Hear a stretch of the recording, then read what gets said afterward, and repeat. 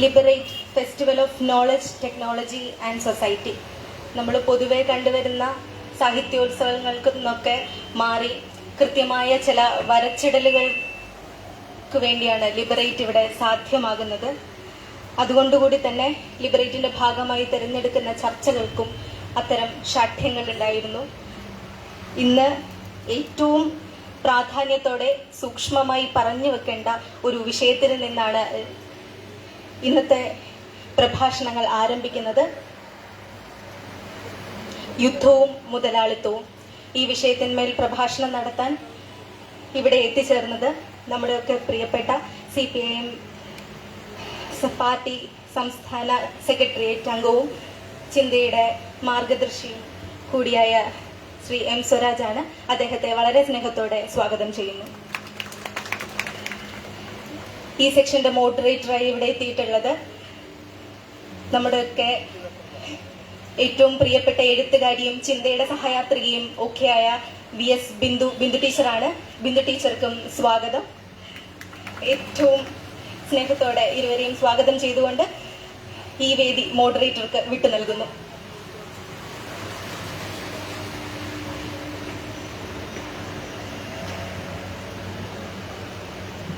നമ്മുടെ ഇന്നത്തെ പ്രിയപ്പെട്ട പ്രഭാഷകൻ സഖാവ് M. സ്വരാജ്, അതുപോലെ ചിന്തയുടെ സുഹൃത്തുക്കളും അഭ്യുദയകാംക്ഷികളും ഒക്കെയായി പ്രവർത്തിക്കുന്ന ഏറ്റവും പ്രിയപ്പെട്ടവരെ, ലിബറേറ്റ് എന്ന് പറയുന്ന വാക്ക് ഉൾക്കൊള്ളുന്ന വിശാലവും സമൃദ്ധവുമായ ഒരു രാഷ്ട്രീയം ഒരുപക്ഷെ അത് വികസിച്ചുകൊണ്ടേയിരിക്കുന്ന ഒന്നാണ്. ആ രാഷ്ട്രീയത്തിനെ അടിസ്ഥാനമാക്കിയിട്ടാണ് വിവിധ വിഷയങ്ങളിൽ ചിന്ത പബ്ലിഷേഴ്സ് ഈ പ്രഭാഷണ പരമ്പര സംഘടിപ്പിച്ചിരിക്കുന്നത്.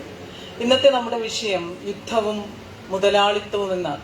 നമുക്കറിയാം, നമ്മളിപ്പോൾ ഇന്നത്തെ ദിവസം അമേരിക്കൻ പ്രസിഡന്റ് ട്രംപ് എടുത്ത തീരുവയുടെ നിഴൽയുദ്ധത്തിലാണ് നമ്മളെല്ലാവരും, നമ്മുടെ രാജ്യം, ജനത ഒന്നാകെ ആ നിഴൽയുദ്ധത്തിൽ അടിപ്പെട്ടിരിക്കുന്നു.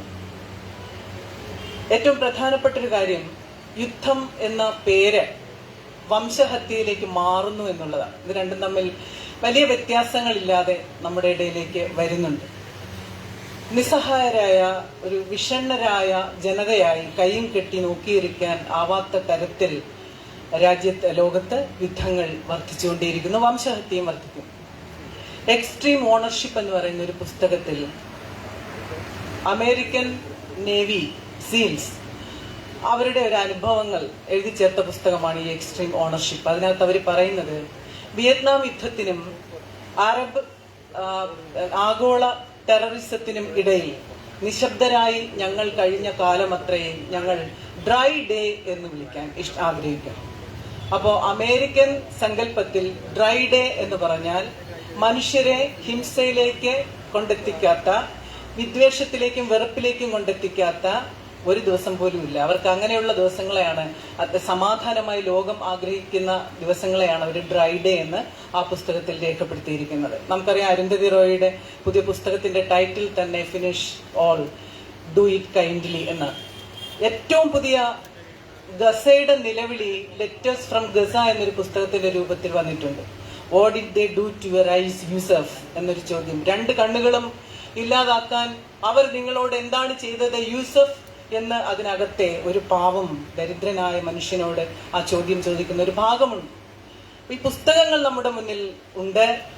മാർക്സ് നിർവചിച്ചിട്ടുള്ള മുതലാളിത്തം നമ്മുടെ മുന്നിലുണ്ട്. സർവ്വ മനുഷ്യരുടെ മിച്ചമൂല്യ സിദ്ധാന്തത്തിനെ അടിസ്ഥാനപ്പെടുത്തി മാർക്സ് അന്ന് മുതലാളിത്തത്തെ നിർവചിച്ചത്, അതിന്റെ അതിജീവനത്തെ ആണ് നിർവചിച്ചത്. ഇത് പകത്തു കൊടുത്തുകൊണ്ട് നമ്മൾ മുതലാളിത്തത്തെ അതിജീവിക്കാൻ ശ്രമിച്ചു എന്നാണ്. ഒരുപാട് മാറിയിരിക്കുന്നു കാലം. മുതലാളിത്തത്തിന്റെ നിർവചനങ്ങൾ നമ്മുടെ പ്രെഡേറ്ററിൽ നിന്ന് മാറി, ക്രോണിയിൽ നിന്ന് മാറി, അതിൽ നിന്നും മാറി പുതിയ രൂപങ്ങൾ ആർജിച്ചുകൊണ്ടിരിക്കുന്നു സാമ്രാജ്യത്വത്തിന്റെ ഒരു പക്ഷത്ത്. ഇന്നലെ കേട്ടൊരു കാര്യം കൂടി പറഞ്ഞാൽ സഖാവിനെ ഈ പ്രഭാഷണത്തിലേക്ക് ക്ഷണിക്കാം. ഇന്നലെ കേട്ടൊരു കാര്യം, നമ്മൾ എന്തുകൊണ്ടാണ് മിഡിൽ ഈസ്റ്റ് എന്ന് പറയുന്നത്? ആരാണ് ഈ മിഡിൽ ഈസ്റ്റ്? പശ്ചിമേഷ്യ, പൂർവേഷ്യ. നമ്മൾ ഇന്ത്യ കോളനി ആയിരുന്നത് കൊണ്ട് മാത്രം ഫാർ ഈസ്റ്റ് എന്ന് പറയും. അപ്പോൾ സാമ്രാജ്യത്വവും കോളനിവൽക്കരണവും കൂടി അടിച്ചേൽപ്പിച്ച മിഡിൽ ഈസ്റ്റ്, ആരുടെ മിഡിൽ എന്നുള്ളത് വളരെ പ്രധാനപ്പെട്ട ഒരു ചോദ്യമായി ഇന്നലെ കേട്ടൊരു ഏറ്റവും നല്ല ഒരു രാഷ്ട്രീയ ചോദ്യം അതായിരുന്നു. ഒരുപക്ഷെ സോഷ്യൽ മീഡിയ ഉപയോഗിക്കുന്നവർക്ക് ആ ചോദ്യം കേൾക്കാനായിട്ടുണ്ടാവും. അപ്പോൾ ഒരുപാട് യുദ്ധവും മുതലാളിത്തവുമായി ബന്ധിപ്പിച്ചുകൊണ്ട് നമുക്കറിയാം ഹോബ്സ്ബാമിന്റെ നിരീക്ഷണങ്ങളെ ചേർത്ത് വെച്ച് ആ 4 പുസ്തകങ്ങളുണ്ടല്ലോ, ഏറ്റവും പ്രധാനപ്പെട്ട 4 പുസ്തകങ്ങൾ. ആ 4 പുസ്തകങ്ങൾക്ക് ഒട്ടേറെ വിമർശനങ്ങളും പിന്നീട് പഠനങ്ങളും ഒക്കെ വന്നിട്ടുണ്ട്. എങ്കിലും ആ നിരീക്ഷണങ്ങളെ എല്ലാം അടിസ്ഥാനപ്പെടുത്തിയിട്ട് നമുക്ക് വരുംകാല യുദ്ധങ്ങളിൽ ഒരു ഡിജിറ്റൽ സമൂഹം, ലോകം എങ്ങനെ മാറി മറിയുമെന്ന് ആലോചിച്ച് നമ്മുടെ വിയറ്റ്നാമിന്റെ യുദ്ധകാലത്ത് അവിടെ ചലിക്കുന്നതെല്ലാം ഇല്ലാതാകണമെന്നാണ് അമേരിക്ക കൊടുത്ത ഒരു നിർദ്ദേശം. ആ പ്രദേശത്തെ ചലിക്കുന്നതെല്ലാം ഇല്ലാതാകണം. നമ്മുടെ പാലസ്തീനിലെ കുട്ടികൾ, അതാണല്ലോ പറയേണ്ടത്, കുട്ടികൾ മിസൈലിനെ മുറ്റത്ത് വന്ന് വീണ് തങ്ങളുടെ ഒപ്പം ജീവിച്ച മനുഷ്യരെ കൊന്നുകളഞ്ഞ മിസൈലിനെ ഒരു പൂക്കൂടെയാക്കി അതിൽ മണ്ണ് നിറച്ച് ആ പൂക്കളെ ജനാലക്കരികിൽ നട്ടുവളർത്തി മനുഷ്യരോട് സ്നേഹത്തിന്റെ സന്ദേശം പറയുന്ന സന്ദർഭത്തിലാണ് ചിന്ത ഏറ്റവും ആനുകാലികമായി ഈ വിഷയത്തെ കൈകാര്യം ചെയ്യുന്നതെന്നുള്ളത് വളരെ പ്രധാനപ്പെട്ടതാണ്. അപ്പോൾ സ്നേഹവും സമാധാനവും തമ്മിൽ എന്തെങ്കിലും ഒത്തുകളിയുണ്ടോ? UN ഗുർണിക്കയുടെ ചിത്രം പർദ്ദയിട്ട് മറച്ചിട്ടാണ് ഒരു സമാധാന ചർച്ചയിൽ പങ്കെടുത്തതെന്ന ചരിത്രം നമ്മൾ വായിച്ചിട്ടുണ്ട്. UN ചർച്ച നടക്കുകയാണ് യുദ്ധം അവസാനിപ്പിക്കാൻ.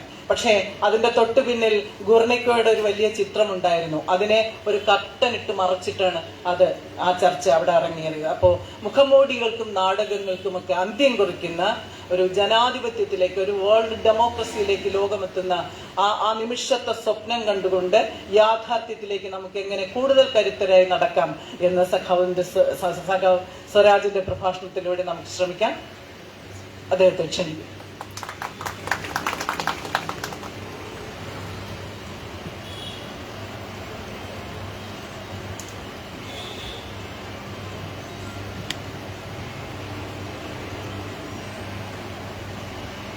പ്രിയപ്പെട്ടവര്,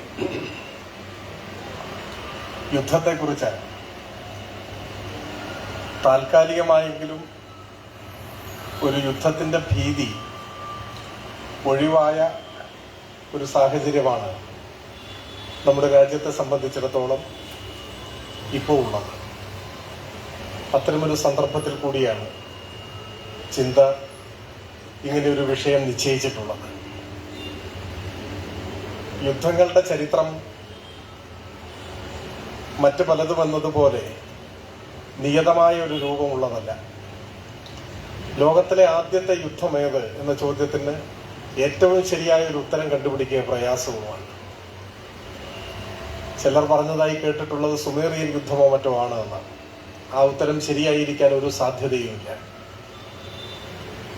ഓരോ സംഭവങ്ങളും രേഖപ്പെടുത്തി വെക്കുന്നതിനുമൊക്കെ എത്രയോ കാലം മുൻപ് തന്നെ യുദ്ധങ്ങൾ ആരംഭിച്ചിട്ടുണ്ടാവും, ചെറുതും വലുതുമായ യുദ്ധങ്ങൾ. മാനവരാശിയുടെ ആവിർഭാവത്തോളം തന്നെ യുദ്ധങ്ങൾക്കും പഴക്കമുണ്ടാവും എന്നാണ് തോന്നുന്നത്. പിന്നീടൊരു സവിശേഷ ഘട്ടത്തിൽ കാര്യങ്ങളെല്ലാം രേഖപ്പെടുത്തി വെക്കാൻ ആരംഭിച്ചപ്പോൾ അന്നത്തെ ജനതയുടെ ഓർമ്മയിൽ തെളിഞ്ഞ ചില കാര്യങ്ങളായിരിക്കും നമ്മളിപ്പോൾ ആദ്യത്തേത് എന്നൊക്കെ അടയാളപ്പെടുത്തുന്നത്. ആദ്യത്തെ യുദ്ധമേത് എന്നതിന് ഏറ്റവും ശരിയായ ഉത്തരം കണ്ടെത്തുക അസാധ്യമാണെന്നതുപോലെ തന്നെ ഒടുവിലത്തെ യുദ്ധമേത് എന്ന ചോദ്യവും അപ്രസക്തമാണ്. ഇപ്പോ ഇങ്ങനെയൊരു യോഗം നമ്മളിവിടെ ഒത്തുകൂടുന്ന സമയത്തും ലോകത്തിന്റെ പല ഭാഗങ്ങളിലും യുദ്ധം നടന്നുകൊണ്ടിരിക്കുകയാണ്. പലസ്തീനിലെ മനുഷ്യക്കുരുതികളെ കുറിച്ചാണ് ഇവിടെ മോഡറേറ്റർ എന്നൊക്കെയാണ് സാധാരണ കേട്ടിട്ടുള്ളത്. മോട്ടിവേറ്റർ എന്നാണ് ഇവിടെ സ്വാഗതം പറഞ്ഞത്. മോട്ടിവേറ്റർ സൂചിപ്പിച്ചത് പലസ്തീനിലെ മനുഷ്യക്കുരുതികളെ കുറിച്ചാണ്. അപ്പൊ അവിടെ ഏകപക്ഷീയമായ വംശഹത്യയാണ് ഇപ്പോൾ നടക്കുന്നതെങ്കിലും യുദ്ധമെന്നാണ് പേര്. അത് നടക്കുന്നു. ഉക്രൈനെ മുന്നിൽ നിർത്തിക്കൊണ്ട് നാറ്റോ റഷ്യയുമായി ഏർപ്പെട്ടിട്ടുള്ള മറ്റൊരു യുദ്ധം ഭൂമിയുടെ മറ്റൊരു ഭാഗത്ത് നടക്കുന്നു. പിന്നെ ഏറിയോ കുറഞ്ഞോ യുദ്ധം എന്ന നിർവചനത്തിന്റെ പരിധിയിൽ തന്നെ പെടാവുന്ന വലിയ സംഘർഷങ്ങൾ ലോകത്തിന്റെ പല ഭാഗങ്ങളിലും നടന്നുകൊണ്ടേയിരിക്കുന്നു. അപ്പോൾ ആദ്യത്തെ യുദ്ധമേതെന്നതുപോലെ ഒടുവിലത്തെ യുദ്ധമേത് എന്നതും എളുപ്പത്തിൽ വിശകലനം ചെയ്യാനാവാത്ത, മറുപടി പറയാനാവാത്ത ഒരു സമസ്യയായിട്ട് തന്നെയാണ് തുടരുന്നത്. ജോർജ് സാന്റയാനോ മറ്റോ ഒരിക്കൽ എഴുതിയിട്ടുണ്ട്, only the dead have seen the end of the war. യുദ്ധത്തിന്റെ അന്ത്യം കണ്ടവർ മരിച്ചവർ മാത്രമാണെന്നാണ്. എന്ന് വെച്ചാൽ ജീവിച്ചിരിക്കുന്നവരെ സംബന്ധിച്ചിടത്തോളം യുദ്ധങ്ങൾ അവസാനിക്കുന്നില്ല എന്ന് തന്നെയായിരിക്കണം അദ്ദേഹം അർത്ഥമാക്കിയിട്ടുണ്ടാവുക. മരിച്ചവരെ സംബന്ധിച്ചിടത്തോളം പിന്നെ യുദ്ധത്തിന് സാക്ഷ്യം വഹിക്കാനാവില്ല. അപ്പൊ ഏതെങ്കിലും ഒരു യുദ്ധത്തിന്റെ അന്ത്യം കണ്ടിട്ടുള്ളത് ആ യുദ്ധത്തിൽ മരിച്ചവരാണ്. അവരെ സംബന്ധിച്ചിടത്തോളം യുദ്ധം കഴിഞ്ഞു. മരിച്ചവരെ സംബന്ധിച്ച് യുദ്ധം കഴിഞ്ഞു. ജീവിച്ചിരിക്കുന്നവർക്കിടയിൽ യുദ്ധം അവസാനിക്കുന്നില്ല എന്നാണ്. കഴിഞ്ഞ ദിവസം പുറത്തിറങ്ങിയ വി കെ ജോസഫിന്റെ നോവലിന്റെ പേര് മരിച്ചവരുടെ യുദ്ധങ്ങൾ എന്നാണ്. അത് വായിച്ചപ്പോ പെട്ടെന്ന്, പുസ്തകം വായിച്ചിട്ടില്ല, തലക്കെട്ട് വായിച്ചപ്പോ കൂടുതലൊരു ആകുലത തോന്നി. അപ്പൊ പറഞ്ഞു വരുന്നത്, ലോകത്തിൽ അവസാനമില്ലാത്തതെന്ന് തോന്നിപ്പിക്കും വിധം ചരിത്രത്തിലുടനീളം യുദ്ധം നിറഞ്ഞു നിൽക്കുന്നുണ്ട്. യുദ്ധത്തിന്റെ നിർവചനം എന്താണെന്ന് എനിക്ക് അറിഞ്ഞുകൂടാ. അല്ലെങ്കിൽ ഏതെങ്കിലും ഒരു നിർവചനത്തിനകത്ത് യുദ്ധം ഒതുങ്ങുമോ എന്നും അറിയില്ല. പക്ഷെ നമ്മുടെ അനുഭവങ്ങൾ നമ്മെ പഠിപ്പിക്കുന്നത് കൊലകൾക്ക് മേൽ കൂട്ടക്കൊലകൾ നേടുന്ന വിജയമാണ് യുദ്ധം. ക്രൂരതകൾക്ക് മേൽ കൊടും ക്രൂരതകൾ നേടുന്ന വിജയമാണ് യുദ്ധം. ഏറ്റവും കൂടുതൽ ഹിംസ നടത്തുന്നവർ ജയിക്കുന്നതാണ് യുദ്ധം. അങ്ങനെയാണ് ഇതുവരെയുള്ള യുദ്ധാനുഭവങ്ങൾ നമ്മൾ കേട്ടിട്ടുള്ളത്. രണ്ടാം ലോക യുദ്ധം അവസാനിക്കുമ്പോൾ 7-8 കോടി മനുഷ്യർ കൊല്ലപ്പെട്ടുവെന്നാണ് കണക്ക്. ആരാണ് കൊല്ലപ്പെട്ടവരുടെയൊക്കെ കണക്ക് ഇത്ര കൃത്യമായി രേഖപ്പെടുത്തി വയ്ക്കുക എന്നത് മറ്റൊരു പ്രശ്നമാണ്. ഒരു കണക്കും ശരിയാകാനിടയില്ല. അടിയന്തരാവസ്ഥയുടെ 50-ാം വർഷം ആചരിക്കുന്ന ഒരു ഘട്ടം കൂടിയാണ്. അടിയന്തരാവസ്ഥ കാലത്ത് കൊല ചെയ്യപ്പെട്ട മനുഷ്യരെ സംബന്ധിച്ച് പട്ടികകൾ തയ്യാറാക്കിയിട്ടുള്ള എല്ലാ ടെക്സ്റ്റിലും കണ്ടിട്ടുള്ള ഒരു കാര്യം, അതിൽ തിരോധാനം ചെയ്യപ്പെട്ടവരും അപ്രത്യക്ഷരായ മനുഷ്യർ ഈ കേരളത്തിൽ നമുക്കത് കാണാൻ കഴിയും. കാണാതായ മനുഷ്യർ, ഒരു ചെറിയ അടയാളം പോലും അവശേഷിപ്പിക്കാതെ എന്ത് സംഭവിച്ചുവെന്ന്, മരിച്ചുവെന്ന് പോലും തീർപ്പ് കൽപ്പിക്കാനാവാത്ത മനുഷ്യരുടെ നീണ്ട പട്ടികയുണ്ട്. അപ്പൊ ഒരു യുദ്ധം കഴിയുമ്പോൾ എന്തായിരിക്കും സ്ഥിതി എന്ന് ഊഹിക്കാവുന്നതേ ഉള്ളൂ. കണക്കെല്ലാം ഒരു ഏകദേശ കണക്കായിരിക്കാനാണ് സാധ്യത. അപ്പൊ 7-8 കോടി മനുഷ്യർ കൊല്ലപ്പെട്ടു എന്നാണ്. അതിൽ 1/3 മാത്രമാണ് സൈനികർ എന്ന് എല്ലാ പുസ്തകങ്ങളും അതിനെക്കുറിച്ച് പറയുന്നുണ്ട്. ബാക്കിയെല്ലാം സിവിലിയന്മാരാണ്.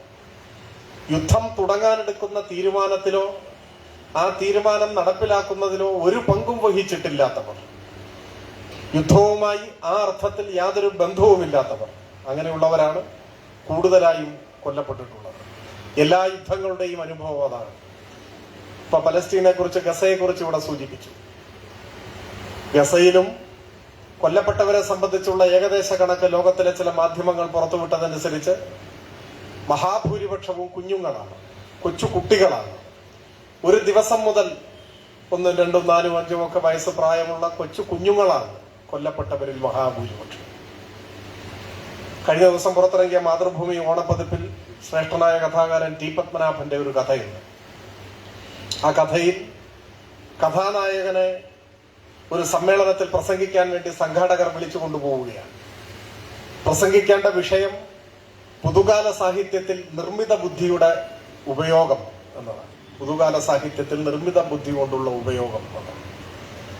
എന്താണ് പ്രസംഗിക്കേണ്ടതെന്നറിയാതെ കഥാനായകൻ വേദിയിൽ ഇങ്ങനെ ആകുലചിത്തനായിരുന്ന അദ്ദേഹത്തിന്റെ പേര് വിളിച്ചപ്പോൾ അദ്ദേഹം നേരെ മൈക്കിന്റെ മുൻപിൽ നിൽക്കുന്നു.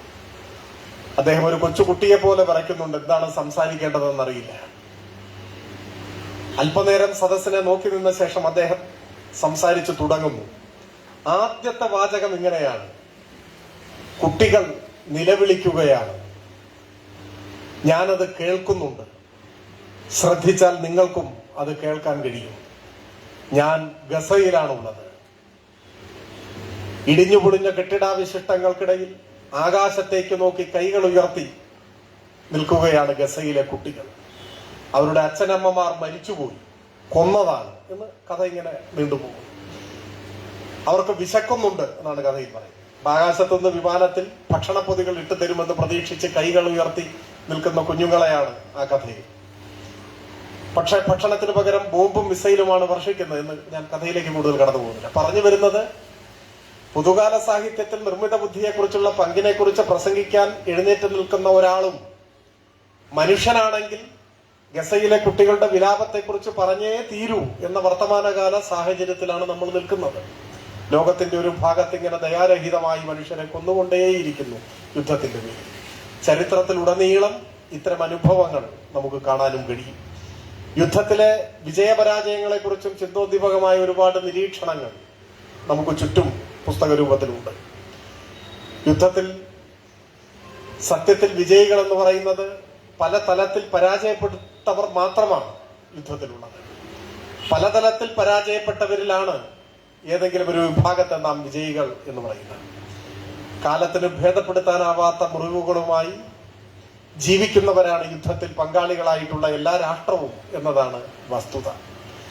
ഈ അനുഭവങ്ങളെല്ലാം നമ്മുടെ മുൻപിലുണ്ട്. ഞാൻ കഴിഞ്ഞു പോയ യുദ്ധങ്ങളുടെ മരണസംഖ്യയുടെ വിശദാംശങ്ങളിലേക്കൊന്നും ഇപ്പോൾ കടന്നു പോകണമെന്ന് ആഗ്രഹിക്കുന്നില്ല.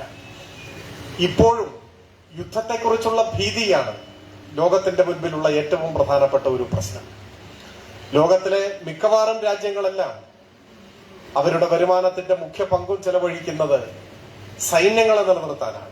ആ സൈന്യങ്ങളെ യുദ്ധസജ്ജമായി രൂപപ്പെടുത്തിയെടുക്കുന്നതിന് വേണ്ടിയാണ്. ഇക്കൊല്ലത്തെ ഇന്ത്യയുടെ പ്രതിരോധ ബജറ്റ് ഏകദേശം 6 ലക്ഷം കോടിയിൽ പരം രൂപയുടേതാണ് എന്നാണ് തോന്നുന്നത്. 6 ലക്ഷം കോടിയാണ്. അത് നമുക്ക് പെട്ടെന്ന് മനക്കണക്ക് കൂട്ടാൻ പറ്റുന്ന ഒരു സംഖ്യയല്ല. 6 കഴിഞ്ഞൊരു 12 ഇടുമ്പോഴാണ് 6 ലക്ഷം കോടി കിട്ടുക. അതാണ് നമ്മുടെ രാജ്യത്തിന്റെ പ്രതിരോധ ബജറ്റ്, ഇക്കൊല്ലത്തെ പ്രതിരോധ ബജറ്റ്. വലിയ മോശമല്ലാത്ത തുക പാകിസ്ഥാനും പ്രതിരോധത്തിന് വേണ്ടി നീക്കിവെക്കുന്നുണ്ട്. ലോകത്തിലെ മിക്കവാറും രാജ്യങ്ങളെല്ലാം അങ്ങനെ നീക്കിവെക്കുന്നുണ്ട്. എന്നാൽ യുദ്ധത്തെ സംബന്ധിച്ച ആശങ്കകൾ ഒഴിയുന്ന ഒരു ലോകം നമുക്ക് ഭാവനയിൽ കാണാൻ കഴിയുന്നുണ്ടോ? സൈന്യമില്ലാത്ത രാഷ്ട്രം, അങ്ങനെ ഒരു സാഹചര്യം രൂപപ്പെട്ടു വന്നാലോ? ലോകത്തിലെ ചില ചെറിയ രാജ്യങ്ങൾ സൈന്യമില്ലാതെ മുൻപോട്ട് പോകുന്നതായിട്ട് കാണാൻ പറ്റും. ഐസ്ലാൻഡിനെ പോലെ, വത്തിക്കാനെ പോലെ, പനാമയെ പോലെ, കോസ്റ്റോറിക്കയെ പോലെ ചില രാജ്യങ്ങൾക്ക് സൈന്യമില്ല. പെട്ടെന്നൊരു നിമിഷം നമ്മുടേതുൾപ്പെടെയുള്ള രാജ്യങ്ങൾക്ക് സൈന്യത്തെ ഉപേക്ഷിക്കാനാകുമോ എന്ന ചോദ്യം പ്രസക്തമാണ്. പക്ഷെ അങ്ങനെ ആയാലോ? അതിർത്തിയിൽ സംഘർഷമില്ലാത്ത ഒരു സാഹചര്യം നിലവിൽ വന്നാലോ? ഒരിക്കൽ ഇന്ത്യയുടെയും ഭൂട്ടാന്റെയും അതിർത്തി സന്ദർശിക്കാൻ എനിക്കൊരു അവസരം കിട്ടി. ബംഗാളിലെ ജയ്ഗാവ് എന്ന് പറയുന്ന ഒരു ഗ്രാമമാണ് ഇന്ത്യ ഭൂട്ടാൻ അതിർത്തി. പല ഭാഗങ്ങളിലുണ്ട്. ഒരു പ്രധാന റോഡ് കടന്നു പോകുന്നത് ഈ ഭാഗമാണ്. അതിൽ ഇന്ത്യയുടെ ഭാഗത്തിനാണ് ജയ്ഗാവ് എന്ന് പറയുന്നത്. ഭൂട്ടാന്റെ ഭാഗത്തിന് ഫുൾസലിംഗ് എന്നാണ് പറയുന്നത്. അതിനു നടുവിൽ ഒരു ഗേറ്റാണ് ഇന്ത്യ ഭൂട്ടാൻ അതിർത്തി. അതെപ്പോഴും തുറന്നിട്ടിരിക്കും. എനിക്ക് വളരെ കൗതുകകരമായി തോന്നിയത് അതിൽ ഇന്ത്യയുടെ ഭാഗത്തെ മിലിറ്ററി പോസ്റ്റ് എന്ന് പറഞ്ഞാൽ ഒരു ടാർപ്പായ വലിച്ചു കെട്ടിയ, നമ്മുടെയൊക്കെ ഇവിടുത്തെ തട്ടുകട പോലെ ഒരു ടാർപ്പായ വലിച്ചു കെട്ടിയിട്ടുള്ള ഒരു ചെറിയ, മഴ പെയ്താൽ നനയാതിരിക്കാൻ പറ്റിയ ഒരിടം. അവിടെ ഒരു പ്ലാസ്റ്റിക് കസേര, ഒരൊറ്റ കസേര, അതാണ് ഇന്ത്യയുടെ മിലിറ്ററി പോസ്റ്റ്. ആ കസേരയിൽ ഒരു പട്ടാളക്കാരൻ, അയാളുടെ കയ്യിലൊരു ലാത്തിയുണ്ട്, തോക്കൊന്നുമില്ല. അയാൾ ഇരിക്കുന്നുണ്ട്. ചില സമയത്ത് അയാൾ അവിടെ ഇരുന്ന് ബോറടിക്കുമ്പോൾ അടുത്ത ചായക്കടയിലൊക്കെ പോയിട്ടിരിക്കും. അവിടെ ചിലപ്പോൾ കിടന്നുറങ്ങുകയും ചെയ്യും. തൊട്ടപ്പുറത്ത് ഭൂട്ടാനിൽ പോയാൽ അവിടെ മിലിറ്ററി പോസ്റ്റേ ഇല്ല. അവിടെ അങ്ങോട്ട് സംഭവമില്ല.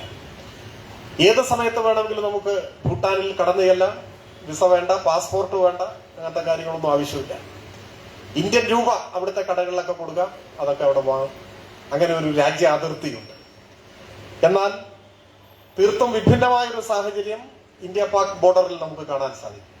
ഞാൻ പറഞ്ഞു വന്നത്, ലോകമെമ്പാടും അതിർത്തികളെ കുറിച്ചുള്ള ആകുലതകൾ ഇല്ലാതാവുകയും ഭാരിച്ച സൈന്യത്തെ നിലനിർത്തേണ്ട ആവശ്യമില്ലാതാവുകയും ചെയ്താൽ പ്രതിരോധ ബജറ്റിന് വേണ്ടി നീക്കിവെക്കുന്ന തുക രാഷ്ട്രത്തിന്റെ സർവതല സ്പർശിയായ വികസനത്തിന് വേണ്ടി നീക്കിവെക്കുന്ന ഒരു സാഹചര്യം ഉണ്ടായാൽ എത്ര വലിയ മാറ്റമായിരിക്കും അത് സൃഷ്ടിക്കുക എന്നത് നമുക്ക് പെട്ടെന്ന് സങ്കല്പിക്കാൻ കഴിയുന്ന ഒരു കാര്യമല്ല.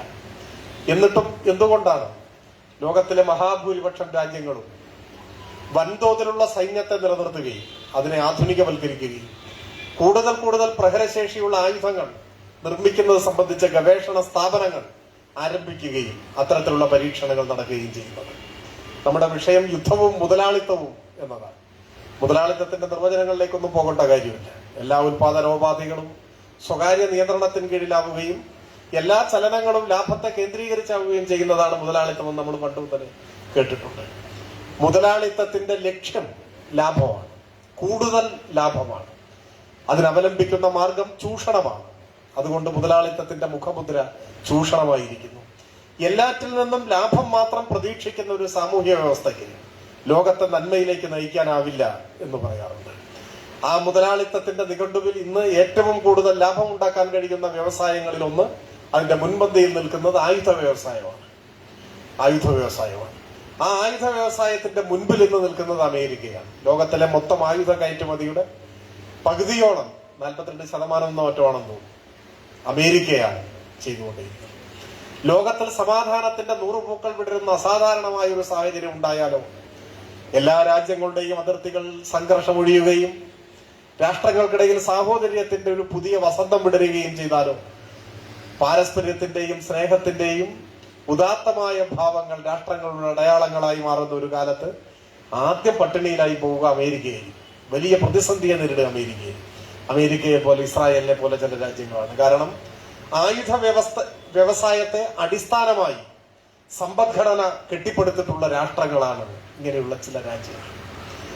അത് അമേരിക്കയ്ക്ക് സാധ്യമാവുന്നത്, അമേരിക്കൻ സമൂഹത്തെ മുൻപോട്ട് നയിക്കുന്നത് മുതലാളിത്തത്തിന്റെ മൂല്യബോധമാണ് എന്നതാണ് പ്രശ്നം. മുതലാളിത്തത്തിന്റെ നിഘണ്ടുവിൽ സ്നേഹമോ മനുഷ്യത്വമോ മാനവികതയോ കാരുണ്യമോ കരുതലോ ഒന്നുമില്ല. അതുകൊണ്ടാണ് മുതലാളിത്തം എത്രമാത്രം വികസിച്ചാലും എല്ലാവരോടും നീതി ചെയ്യുന്ന ഒരു സാമൂഹ്യ വ്യവസ്ഥയായി അതിന് മാറാനാവില്ല എന്ന് ചൂണ്ടിക്കാണിക്കുന്നത്. അതിന്റെ ഉദാഹരണം, അമേരിക്കയിൽ ഇപ്പോഴും സ്കൂളിൽ പോകാത്ത കുട്ടികളും വീടില്ലാത്ത മനുഷ്യരും എഴുതാനും വായിക്കാനും അറിയാത്തവരും എല്ലാം ഉണ്ട് എന്നതാണ്. സമ്പൂർണ്ണ സാക്ഷരത എന്തുകൊണ്ടാണ് അമേരിക്കയ്ക്ക് കൈവരിക്കാനാവാത്തത്? ലോക വ്യാവസായിക മുതലാളിത്തത്തിന്റെ പറുദീസ എന്നറിയപ്പെടുന്ന, ലോകത്തിലെ എല്ലാ വളർച്ചയുടെയും വികാസത്തിന്റെയും അവസാനമാക്കുന്ന പലരും ഉദ്ഘോഷിക്കുന്ന അമേരിക്കയ്ക്ക് സമ്പൂർണ്ണ സാക്ഷരത കൈവരിക്കാൻ കഴിയാത്തത് എന്തുകൊണ്ടാണ്? അവർക്ക് അത് അസാധ്യമായതുകൊണ്ടല്ല, അത് ലാഭകരമായ ഒന്നല്ല എന്നതുകൊണ്ടാണ്. അമേരിക്കയിൽ ഇപ്പോഴും തെരുവിലലയുന്ന മനുഷ്യരെ, അനാഥരെ, യാചകരെ നമുക്ക് കാണാൻ കഴിയും. എന്തുകൊണ്ടാണ് ഈ പ്രശ്നങ്ങൾ പരിഹരിക്കാൻ അമേരിക്കയ്ക്ക് സാധിക്കാതിരിക്കുന്നത്? അത് ലാഭകരമായ ഒരു കാര്യമല്ല എന്നതുകൊണ്ടാണ്. ചൈന ഇപ്പൊ ലോകത്തിന്റെ മുൻപാകെ അഭിമാനകരമായ ഒരു നേട്ടമായി വിളംബരം ചെയ്തിട്ടുള്ളത് അതിദാരിദ്ര്യം ഞങ്ങൾ തുടച്ചു നീക്കി എന്നതാണ്. അതിദരിദ്രരില്ലാത്ത ഒരു രാഷ്ട്രമായി ചൈന മാറി എന്നതാണ്. ഇപ്പൊ ഗ്ലോബൽ ഹങ്കർ ഇൻഡെക്സിൽ നമ്മുടെ രാജ്യം ഏറ്റവും ഒടുവിൽ 105-ാം സ്ഥാനത്തോ മറ്റോ ആണെന്ന്, 125 രാജ്യങ്ങളോ മറ്റോ ഉള്ള ഒരു പട്ടികയാണത്. ഗൗരവതരമായ പട്ടിണി നിലനിൽക്കുന്ന രാജ്യങ്ങൾ, ആഗോള വിശപ്പ് സൂചിക. ആ 125 രാജ്യങ്ങളുടെ പട്ടികയിൽ ചൈനയില്ല. ചൈന വിശപ്പിനെ മറികടക്കാൻ കഴിഞ്ഞ രാജ്യമായി ഇപ്പോ അംഗീകരിക്കപ്പെടുകയാണ്. ഏറെക്കാലമായി ചൈനീസ് കമ്മ്യൂണിസ്റ്റ് പാർട്ടി ലോകത്തോട് പറഞ്ഞുകൊണ്ടിരുന്നത് സോഷ്യലിസം എന്നത് ഞങ്ങളുടെ ലക്ഷ്യമാണ്. എന്നാൽ ആ ലക്ഷ്യം ക്ഷിപ്രസാധ്യമായ ഒന്നല്ല. ആ ലക്ഷ്യത്തിലേക്കുള്ള പ്രയാണത്തിലാണ് ഞങ്ങൾ. ഒരു 100 കൊല്ലമൊക്കെ എടുക്കുമെന്നാണ് ഞങ്ങൾ കണക്കാക്കിയിട്ടുള്ളത്. ഇപ്പൊ ജനകീയ ചൈന സ്ഥാപിതമായിട്ട് 75 കൊല്ലമായി. അപ്പൊ ചൈനയുടെ കണക്കൂട്ടലനുസരിച്ച് തന്നെ ഒരു 10-25 കൊല്ലം കൂടി കഴിഞ്ഞാലേ അത്തരത്തിലൊരു സാമൂഹ്യ സാഹചര്യത്തെ കുറിച്ച് അവർ തന്നെ പ്രതീക്ഷിക്കുന്നുള്ളൂ. എന്നാൽ അടിയന്തര ലക്ഷ്യങ്ങളായി ചൈന കണക്കാക്കിയ മറ്റു ചില കാര്യങ്ങൾ, അതിലൊന്ന് അതിദാരിദ്ര്യം തുടച്ചു നീക്കുക എന്നതാണ്. മറ്റൊന്ന് നഗരങ്ങളും നാട്ടിൻപുറവും തമ്മിലുള്ള അന്തരം കുറയ്ക്കുക എന്നതാണ്. അതിൽ അതിദാരിദ്ര്യം തുടച്ചു നീക്കാൻ ഞങ്ങൾക്കായി എന്ന ഒരു മികവാർന്ന അനുഭവമാണ് ലോകത്തിന്റെ മുൻപാകെ ഇപ്പോൾ ചൈന വയ്ക്കുന്നത്. ഈ വരുന്ന നവംബർ മാസം 1 അതിദാരിദ്ര്യം പരിഹരിക്കാൻ കഴിഞ്ഞ ഒരു നാടായി കേരളം പ്രഖ്യാപിക്കപ്പെടാൻ വേണ്ടി പോവുകയാണ്. ലോകം വളരെ വിസ്മയത്തോടെയാണ് അതിനെ കാണുന്നത്. 3-ാം ലോക രാജ്യം എന്നൊക്കെ നമ്മൾ മുൻപ് വിശേഷിപ്പിക്കപ്പെട്ടിരുന്ന ഇന്ത്യയെ പോലുള്ള ഒരു രാജ്യത്ത് 3.5 കോടിയിലധികം ജനങ്ങൾ താമസിക്കുന്ന ഒരു പ്രദേശം പട്ടിണിയില്ലാത്ത അതിദാരിദ്ര്യമില്ലാത്ത ഒരു നാടായി മാറുക എന്നത് ഒരു സ്വപ്ന സമാനമായ ലക്ഷ്യമാണ്. അതാണ് നമ്മളിപ്പോൾ നേടാൻ പോകുന്നത്. ഉറപ്പായും നിങ്ങൾ മനസ്സിലാക്കണം, നവംബർ മാസം 2-ാം തീയതി കേരളത്തിലെ മാധ്യമങ്ങൾ ഏതെങ്കിലും ഒരിടത്ത് ഭൂതക്കണ്ണാടി വെച്ച് പട്ടിണി കിടക്കുന്ന ഒരു പാവപ്പെട്ട മനുഷ്യനെ കണ്ടുപിടിക്കും, എന്നിട്ട് ഇത് പൊളിഞ്ഞു എന്ന് നമ്മളോട് പറയും. എന്നാൽ 99% ആ പ്രശ്നം പരിഹരിക്കാൻ കഴിയുന്ന നിലയിലേക്ക് കേരളം എത്തി എന്നതാണ് പ്രത്യേകത. അത് നമ്മുടെ ഒരു നേട്ടമാണ്. ഞാൻ സാന്ദർഭികമായി സൂചിപ്പിച്ചു എന്ന് മാത്രമേ. പറഞ്ഞു വന്നത്, ഏറ്റവും വലിയ അനീതി എന്ന് പറയുന്നത് ഒന്ന് പട്ടിണിയാണ്. അങ്ങനെ ചിലത് നമുക്ക് ചൂണ്ടിക്കാണിക്കാൻ പറ്റും. അത് പരിഹരിക്കുക എന്നതാവണം ഈ കാലഘട്ടത്തിന്റെ മുദ്രാവാക്യം. ആ ലക്ഷ്യത്തിലേക്ക് നടക്കാൻ ചൈനയ്ക്ക് സാധിക്കുന്നത് പട്ടിണി പരിഹരിക്കപ്പെടേണ്ട ആദ്യത്തെ സാമൂഹ്യ വിപത്താണ് എന്ന് ചിന്തിക്കാൻ കഴിയുന്നത് ചൈനയെ നയിക്കുന്നത് മുതലാളിത്തത്തിന്റെ മൂല്യബോധമല്ലാത്തതുകൊണ്ടാണ്. ആ മുതലാളിത്തത്തിന്റെ മൂല്യബോധം നയിക്കുന്നതിനാലാണ് ആ ദിശയിൽ ചുവട് വയ്ക്കാൻ അമേരിക്കയ്ക്ക് സാധിക്കാതെ പോകുന്നതും.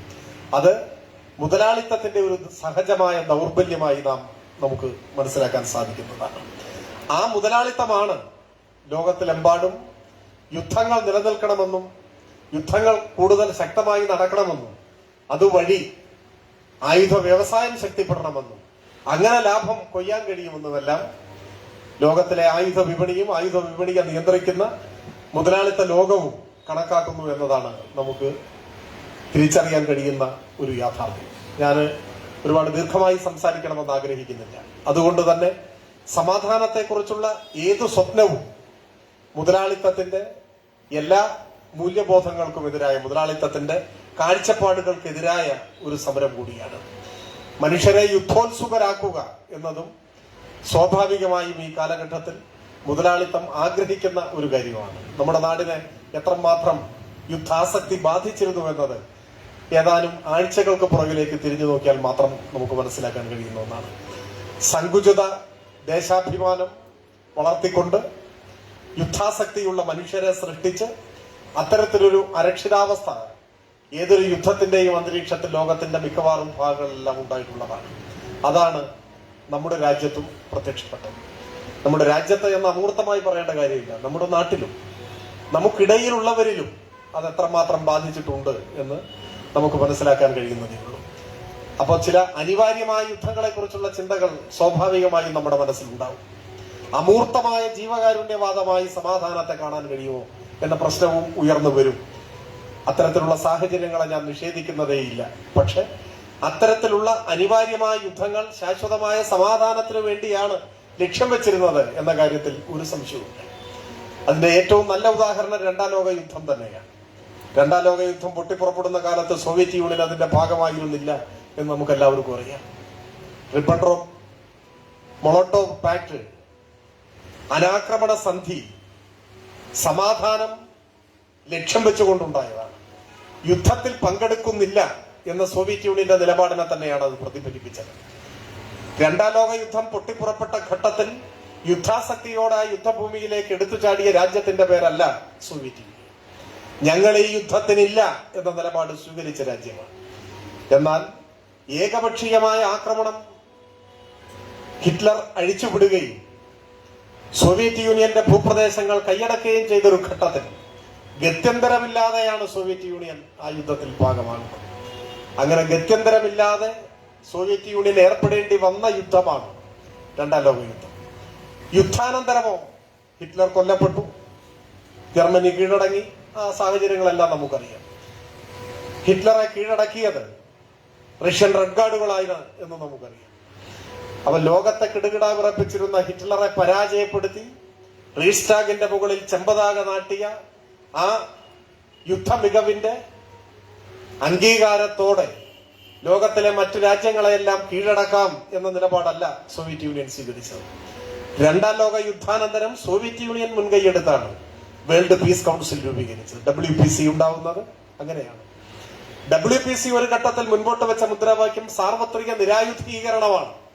ലോകത്തിലെ എല്ലാ രാജ്യങ്ങളും ആയുധം ഉപേക്ഷിക്കണം, നിരായുധീകരണത്തിന്റെ പാതയിൽ വരണം, ശാശ്വതമായ സമാധാനം, അതായിരുന്നു മുദ്രാവാക്യം.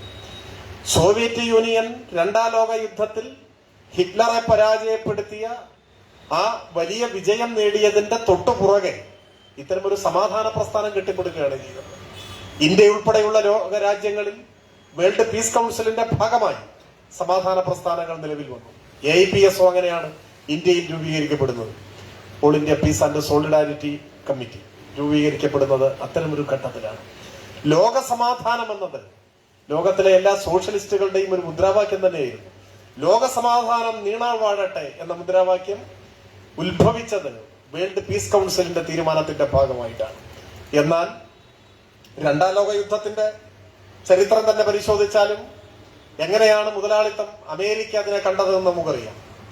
രണ്ടാം ലോക യുദ്ധത്തിന്റെ ഒരു ഘട്ടത്തിൽ മുസോളിനി കൊല്ലപ്പെടുന്നു. 1945 ഏപ്രിൽ 28 മുസോളിനി കൊല്ലപ്പെടുന്നു. ഞാൻ വിശദമായിട്ട് സംഭവവികാസങ്ങളെ കുറിച്ചൊന്നും ഇവിടെ പ്രതിപാദിക്കണമെന്ന് ആഗ്രഹിക്കുന്നില്ല.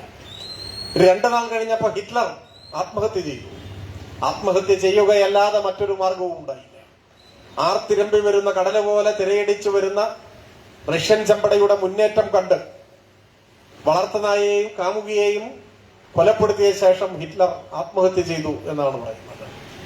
അത് 1945 ഏപ്രിൽ 30 2 ദിവസത്തെ വ്യത്യാസമേ ഉള്ളൂ.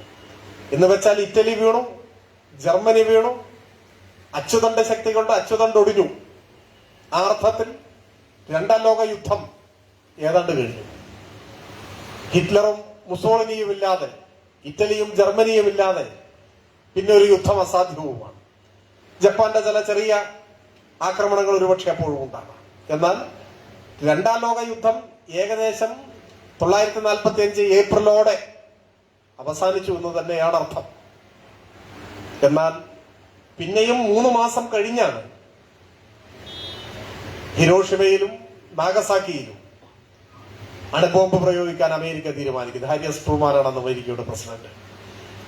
പരാജയപ്പെടുത്തിയ ഒരു ജനതയുടെ മേൽ, അല്ലെങ്കിൽ അവസാനിച്ചു കഴിഞ്ഞ ഒരു യുദ്ധത്തിന്റെ ഒടുവിലത്തെ ചില ചെറു ചലനങ്ങളുടെ മേൽ എന്തിന് അണുബോംബ് വർഷിക്കണം എന്ന ചോദ്യം പലരും ഉയർത്താത്തത് ഒരു അത്ഭുതകരമായ കാര്യമാണ്.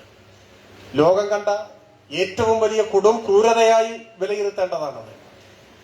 എത്ര മനുഷ്യരാണ്, 10,000-കണക്കിന് മനുഷ്യർ ഒരു നിമിഷം കൊണ്ട് എരിഞ്ഞു തീർന്ന ലോകം കണ്ട മനുഷ്യരാശിയുടെ ചരിത്രത്തിൽ ഒരുപക്ഷെ ഇന്നോളം കണ്ട ക്രൂരകൃത്യങ്ങൾ ഏറ്റവും കൊടും ക്രൂരകൃത്യം.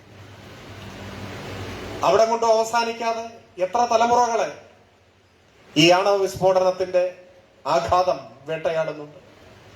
ജനിതക വൈകല്യമുള്ള കുഞ്ഞുങ്ങൾ, ജനിച്ച് മിനിറ്റുകൾക്കകം മരിച്ചു പോകുന്ന കുട്ടികൾ, മരണത്തിനു വേണ്ടി മാത്രമുള്ള പിറവികൾ നടക്കുന്ന നാടായി ജപ്പാൻ മാറിയതെങ്ങനെയാണ്? ഹിരോഷിമയും നാഗസാക്കിയും അമേരിക്കൻ സാമ്രാജ്യത്വത്തിന്റെ, അമേരിക്കൻ മുതലാളിത്തത്തിന്റെ കൊടും ക്രൂരതയുടെ ജീവിക്കുന്ന സ്മാരകങ്ങളാണ്. അത് മറ്റൊന്നുകൊണ്ടുമല്ല. ഇറ്റലിയിൽ മുസോളിനി വിപ്ലവകാരികളാൽ വധിക്കപ്പെടുന്നു. ഹിറ്റ്ലർ റഷ്യൻ ചെമ്പടയുടെ മുന്നേറ്റത്തിന്റെ മുൻപിൽ പിടിച്ചു നിൽക്കാനാവാതെ ആത്മഹത്യ ചെയ്യുന്നു. സോവിയറ്റ് ചെമ്പടയുടെ യുദ്ധവീര്യം ലോകമെങ്ങും പുകൾപെറ്റതായിട്ട് മാറുന്നു. അത്തരമൊരു ഘട്ടത്തിൽ രണ്ടാം ലോക യുദ്ധത്തിന്റെ മേധാവിത്വം കൈയാളുന്നതിനും തങ്ങളുടെ ഹിംസോന്മുഖമായ ആയുധ സമ്പത്ത് ലോകത്തിന്റെ മുൻപാകെ ഉയർത്തിക്കാട്ടിക്കൊണ്ട് ആയുധ വ്യവസായത്തെ മുൻപോട്ട് കൊണ്ടുപോകാനും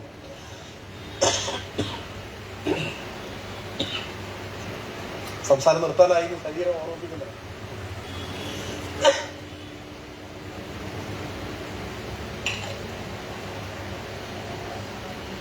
അങ്ങനെ ലോകത്തിന്റെ തന്നെ മേധാവിത്വം തങ്ങളുടെ കൈപ്പിടിയിൽ ഒതുക്കാനുമായാണ് അമേരിക്ക 10,000-കണക്കിന് വരുന്ന മനുഷ്യരെ ചുട്ടുപോകുന്നത്. ലോകത്തിലെ ഏറ്റവും ക്രൂരനായ മനുഷ്യനായി, അല്ലെങ്കിൽ ക്രൂരതയുടെ പ്രതീകമെന്ന പോലെ ഒരാളെ അവതരിപ്പിക്കാമെങ്കിൽ ഹാരിയസ് ട്രൂമാനെയാണ് അവതരിപ്പിക്കേണ്ടത്. പക്ഷെ ആരെങ്കിലും കേട്ടിട്ടുണ്ടോ ഇതുവരെ അങ്ങനെ ഒരു വിശേഷണം ഹാരിയസ് ട്രൂമാന് ചാർത്തി കൊടുത്തിട്ടുള്ളത്? ക്രൂരന്മാരെ കുറിച്ച് പറയുമ്പോൾ ഹിറ്റ്ലറെ പിന്നെ എല്ലാവരും അംഗീകരിക്കുന്നൊരു കാര്യമാണ്.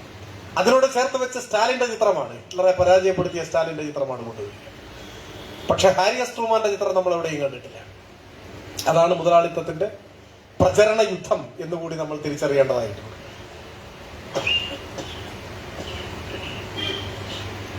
നല്ല ചുമയുണ്ടായിരുന്നതാണ്. ഇത്ര നേരം സംസാരിക്കാൻ കഴിഞ്ഞ എനിക്ക് തന്നെ അത്ഭുതമാണ്. ഞാൻ കൂടുതൽ ദീർഘിപ്പിക്കുന്നില്ല. പറഞ്ഞു വന്നത്, ഈ ആയുധങ്ങളാൽ നിയന്ത്രിക്കപ്പെടുന്ന ലോകക്രമത്തിനെതിരായ പ്രതിരോധം ചെറിയ രൂപത്തിലാണെങ്കിലും ഉയർന്നു വരുന്ന ഘട്ടത്തിൽ അതിന്റെ ഭാഗമായി തന്നെ നമ്മുടെ മനസ്സിൽ വരേണ്ട ഒരു ചിന്തയാണ്. രാഷ്ട്രങ്ങൾ തമ്മിലുള്ള യുദ്ധത്തെക്കുറിച്ച് ചർച്ച ചെയ്യുമ്പോൾ തന്നെ അതിനോട് ചേർത്ത് വെക്കേണ്ടതാണോ എന്നറിയില്ല. മനുഷ്യരുടെ ഹിംസോന്മുഖമായ മനസ്സ്, ചിന്ത, മനോഭാവം, അതും മറ്റൊരു തലത്തിലാണെങ്കിലും നാം ചർച്ച ചെയ്യേണ്ടതായിട്ടുണ്ട്. അതിന്റെ ഉയർന്ന രൂപമാണ് രാജ്യങ്ങൾക്കിടയിൽ പ്രത്യക്ഷപ്പെടുന്നത്. അതിന് നേർവിപരീതമായ കാഴ്ചപ്പാടുകളെയാണ് സോഷ്യലിസ്റ്റുകൾ എല്ലാ കാലവും ഉയർത്തിപ്പിടിച്ചിട്ടുള്ളത്. അതുകൊണ്ടാണ് അവരെന്റെ വാക്കുകൾ സംഗീതമായി ആസ്വദിക്കുന്ന കാലം എന്നൊക്കെ കാവ്യാത്മകമായി ഈ കാഴ്ചപ്പാടുകളെ ചിലർ വ്യാഖ്യാനിക്കാൻ ശ്രമിച്ചിട്ടുള്ളത്. അപ്പൊ ആ സാഹോദര്യത്തിന്റെയും സ്നേഹത്തിന്റെയും പാരസ്പര്യത്തിന്റെയും മനുഷ്യത്വത്തിന്റേതുമായ ആശയങ്ങൾ ഉയർത്തിപ്പിടിച്ചുകൊണ്ടാണ് നമുക്ക് യുദ്ധോത്സുകതയെ, യുദ്ധത്തെ കൂടുതൽ രൂക്ഷമായി നിലനിർത്താനും യുദ്ധാന്തരീക്ഷം നിലനിർത്താനും എല്ലാം പ്രയത്നിക്കുന്ന മുതലാളിത്തത്തെയും നേരിടാനാവുക. ഇപ്പോ ഏറ്റവും അടുത്ത് നമ്മുടെ പുരോഗമന കലാസാഹിത്യ സംഘത്തിന്റെ കൂടി ഭാഗമായിട്ടുള്ള ഷിനിലാലിന്റെ ഇരു എന്ന് പറയുന്ന ഒരു നോവലുണ്ട്. വായിച്ചിട്ടുള്ള ഒരു പക്ഷേ കൂട്ടത്തിലുണ്ടാവും. ഇരു എന്ന നോവലിൽ വളരെ ഓർത്തു വെക്കേണ്ട ഒരു ഭാഗം, ഒരു വേടനും വേടത്തെയും മല കയറിക്കൊണ്ടിരിക്കുകയാണ്. അങ്ങനെ മല കയറിക്കൊണ്ടിരിക്കുമ്പോൾ ഞാനതിന്റെ മറ്റു ഭാഗങ്ങളിലേക്കൊന്നും പോകുന്നില്ല. അവരുടെ മാർഗം തടസ്സപ്പെടുത്തിക്കൊണ്ടൊരു ആൺമയിലും പെൺമയിലും അവിടെ പ്രത്യക്ഷപ്പെടുന്നു. ആ മയില് വേടനോടും വേടത്തിയോടും ചോദിക്കുന്നു, ഞങ്ങൾ പക്ഷിമൃഗാദികൾ രമിക്കുന്ന ഈ പുണ്യഭൂമിയിൽ ഇരുകാലികളായ നിങ്ങൾക്ക് എന്തു കാര്യം എന്നാണ് ചോദിക്കുന്നത്. അപ്പൊ വേടൻ ഇതിന് നേരെ അമ്പു കുലയ്ക്കുന്നുണ്ട്. ഒരു നോട്ടം കൊണ്ട് അത് തടഞ്ഞ വേടത്തി പറയുന്ന മറുപടി, മയിലിനോട് പറയുന്ന മറുപടി, വളരെ പണ്ട് വാക്കും നാക്കും തിരിയുന്നതിനു മുൻപ് ഞങ്ങളും നിങ്ങളും ഒന്നായിരുന്നു എന്നാണ്. ലോകത്തിലെ എല്ലാ മനുഷ്യരും ഒന്നാണ്, സഹോദരീ സഹോദരന്മാരാണെന്നൊക്കെ നമ്മൾ പറയാറുണ്ട്. സർവരും സഹോദരർ എന്നാണ് ഫ്രാൻസിസ് മാർപ്പാപ്പയുടെ ചാക്രിക ലേഖനത്തിന് കൊടുത്ത ഒരു തലക്കെട്ട്.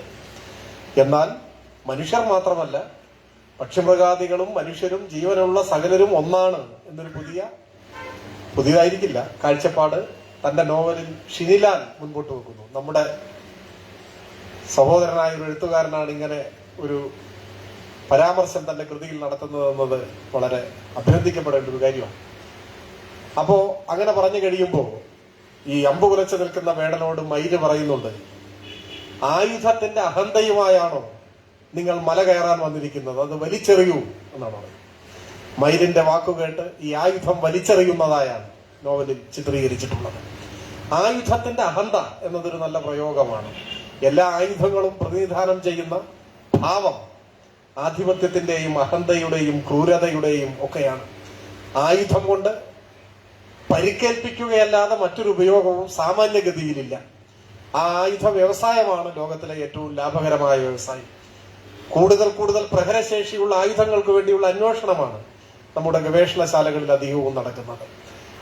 അതിർത്തികളെ, പലയിടത്തും അവ്യക്തമായ അതിർത്തികളെ ചൊല്ലിയുള്ള ആകുലതകളാണ് പല രാഷ്ട്രത്തിന്റെയും സമ്പദ്ഘടനകളെ തന്നെ നിയന്ത്രിക്കുന്നത് എന്ന് നമുക്ക് കാണാൻ കഴിയും.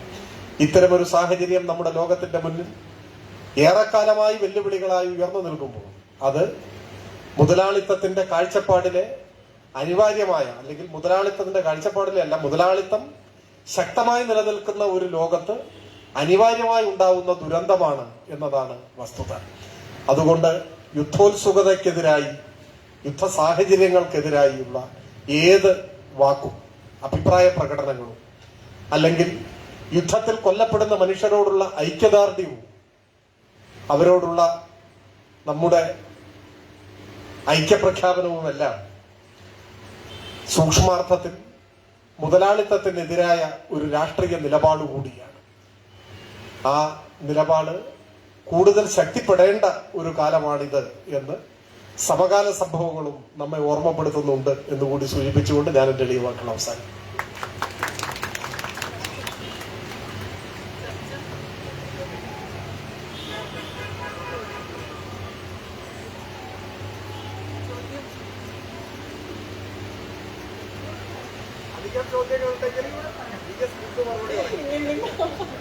നമുക്ക് സഖാവിനോട് ഇതുമായി ബന്ധപ്പെട്ടുള്ള ചോദ്യങ്ങൾ ഉണ്ടെങ്കിൽ പോവാൻ തിരക്കുന്നില്ല, അതിന് മുന്നേ ചോദിക്കാം.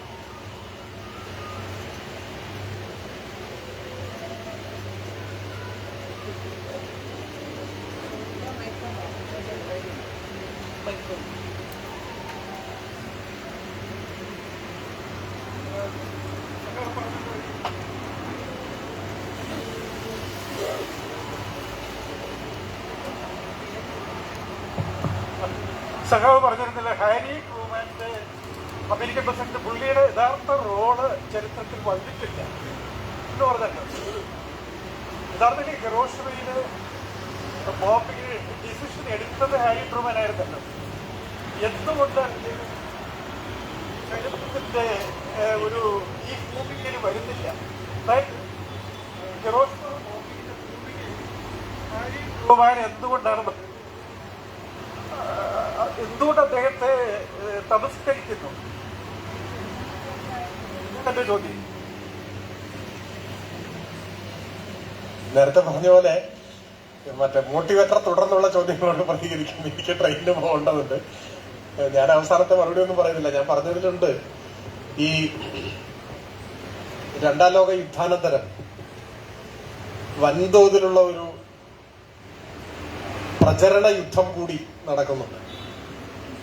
തങ്ങൾക്ക് അനുകൂലമായി ലോകരാജ്യങ്ങളിലെമ്പാടുമുള്ള ജനങ്ങളെ സ്വാധീനിക്കുന്നതിന് വൻതോതിലുള്ള പ്രചരണ സംവിധാനങ്ങൾ അമേരിക്കയുടെ നേതൃത്വത്തിൽ മുതലാളിത്ത ലോകം ഉപയോഗപ്പെടുത്തിയിട്ടുണ്ട്.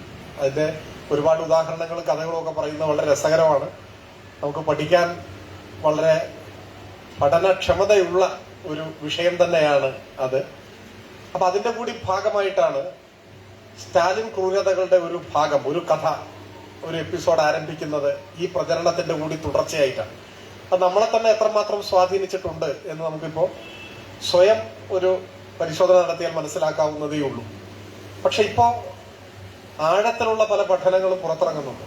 അമേരിക്കയിലെ ന്യൂജേഴ്സിയിലെ മോൺക്ലെയർ യൂണിവേഴ്സിറ്റിയിലെ സാഹിത്യാധ്യാപകനായിട്ടുള്ള ഗ്രോവർ ഫർ, അദ്ദേഹം പ്രാഥമിക ഉറവിടങ്ങളെ ആശ്രയിച്ചുകൊണ്ട് റഷ്യൻ ഭാഷ തന്നെ പഠിച്ച് പഴയ സോവിയറ്റ് ആർക്കൈവുകളിലെല്ലാം അടിസ്ഥാനപ്പെടുത്തിക്കൊണ്ട് നടത്തിയിട്ടുള്ള പഠനങ്ങളുടെ ഭാഗമായി നിരവധി ഗ്രന്ഥങ്ങൾ ഇപ്പൊ പുറത്തു വന്നിട്ടുണ്ട്.